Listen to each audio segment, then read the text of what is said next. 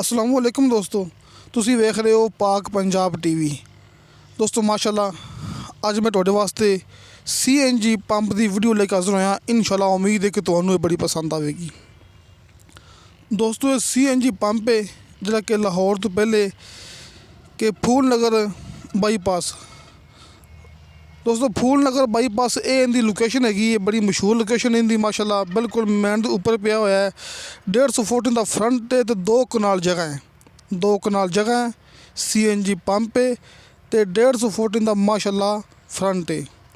इस तो अलावा दोस्तों इनके सिक्योरिटी जमा हुई है 52 लाख रुपए की। दोस्तों 52 लाख रुपए की सिक्योरिटी जमा हुई वो आपको विच ही मिल जाएगी। मिसाल तौर पर कल कोई मसला बनता है गौरमेंट की तरफों तो आपको पैसे वापस मिल जाएंगे। जो दोस्त ने पंप खरीदा होगा उन्होंने 52 लाख रुपया वापस मिल जाएगा। दोस्तों इस तो अलावा बिजली के ट्रांसफार्म की जोड़ा कि 25 लाख रुपया रकम जमा हुई है। दोस्तों 25 लाख रुपया बिजली का ट्रांसफार्म का जमा होया है, अपन वो भी वापस मिल जाएगा। जोड़ा दोस्त ये CNG पंप खरीदेगा उन्होंने 5 लाख भी मिल जाएगा तो उन्होंने 52 लाख रुपये भी मिल जाएगा अगर कल ये कारोबार बंद होंदा है। दोस्तों माशाल्लाह 2 कनाल जगह 150 फुट इनका फ्रंट 4 इनके 4 कनाल जमा जगह पई पिछले पासे भी इनके नाल ही 4 कनाल। कोई दोस्त खरीदना चाहे इस तो अलावा वो भी ले सकते तुसीं। दोस्तों 3.5 करोड़ रुपया इनकी डिमांड है। 3.5 करोड़ रुपया, 3 करोड़ तो 50 लाख रुपया। थोड़ी बहुती कमी पेशी प्यार मुहब्बत हो जाएगा। दोस्तों अपना WhatsApp नंबर लग्या होंदा हर मूवी की डिस्क्रिप्शन दे विच।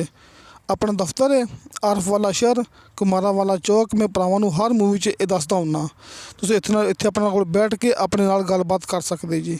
अपने कोल पंप माशाल्लाह और भी बहुत हैगे ने, ज़मीनां कमर्शियल प्लाट दुकानां के पेट्रोल पंप वगैरह अपने कोल दस्तयाब ने माशाल्लाह।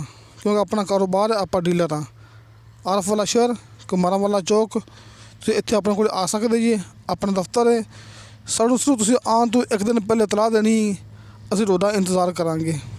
तो दोस्तों तुहानूं साडी वीडियो पसंद आवे साडी वीडियो लाइक तो शेयर ये ज़रूर करो, अपने बेहतरीन डॉक्यूमेंट से लेके भेजो। क्यों दोस्तों अपनी गारंटी होंदी, अपनी मूवी फेक नहीं होंदी, झूठी नहीं होंदी। इंशाल्लाह मिलांगे अगली वीडियो ते। खुदा हाफिज़।